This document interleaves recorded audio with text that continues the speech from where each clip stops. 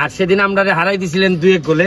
আজকে তার খেলা নাই, নাইলে তো আজকে মন্ত্রী মহোদয় আমরা আজকেও মন্ত্রী মহোদয়কে হারাবো না। আমাদের সোনারঘাটের মানুষের পক্ষ থেকে, বিশেষ করে সোনারঘাট মাধবপুরের মানুষের পক্ষ থেকে আমাদের মাননীয় মন্ত্রী এবং মন্ত্রীদের মাঝেও যিনি আমাদের জন্য অনেক বেশি সম্মানের, আমরা যাকে ব্যক্তির মন্ত্রী এবং এমপি ছাড়াও ব্যক্তিগতভাবে যাকে আমরা অনেক বেশি পছন্দ করি এবং অনেক দিন ধরে আমাদের একটা খুব সেন্সিটিভ একটা সেক্টর যিনি চালাচ্ছেন আমাদের মাননীয় মন্ত্রী। আপনারা জানেন যে এখানে আসছিলেন এই আমাদের এখানে মাজার জিয়ারতে, এবং মজার বিষয় হচ্ছে কি আমরা এই সোনারঘাটের একটা টিম গত 3-4 মাস আগে আমরা খেলতে গেছিলাম, অনেক বেশি আদর করছেন আমাদেরকে, মানে যে জায়গায় কেউ থাকতে দেন এই জায়গায় আমাদের প্লেয়ারদেরকে থাকতে দিচ্ছেন। এই জন্য ওই সময় ওনার জন্য আমরা কৃতজ্ঞতা প্রকাশ করছি। আজকেও সোনারঘাটের মানুষের পক্ষ থেকে ওনার জন্য অনেক বেশি কৃতজ্ঞতা রইল। আর সেদিন আমরা হারাই দিছিলেন 2-1 গোলে।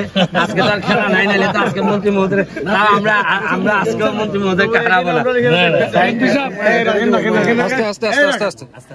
আপনি বিশ্বকর্মা আওয়ামী লীগের প্রেসিডেন্ট, এই মুক্তিযোদ্ধা কমান্ডার, আমরা সোনারঘাটে সেক্টর কমান্ডার সিয়ারদত্ত আমার জ্ঞানেই পারি, আমার নিজেরই 6 নম্বর সেক্টর কমান্ডার। আমার একটা ইউনিয়নে গাজীপুর 400 মুক্তিযোদ্ধা এবং 4 জন খেতাবপ্রাপ্ত মুক্তিযোদ্ধা আছে, 3 জন ফ্রন্টের।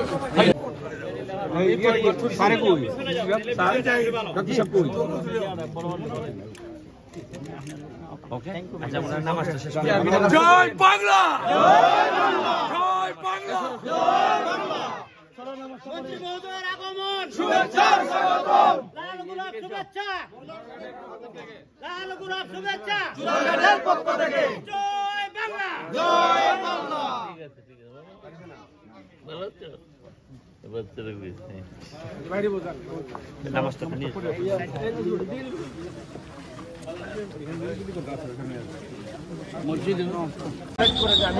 একটা ভুল কথা বলি কিনা শেষ পর্যন্ত ওয়েট করে এরা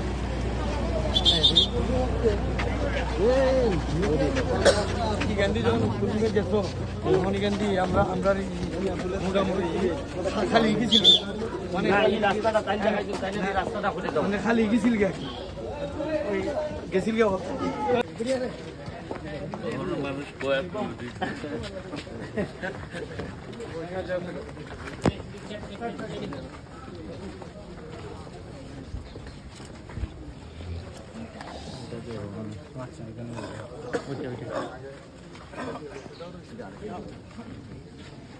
ফাতলা করো, একটু ফাতলা করো ভাই, আপনার একটু সবাই একটু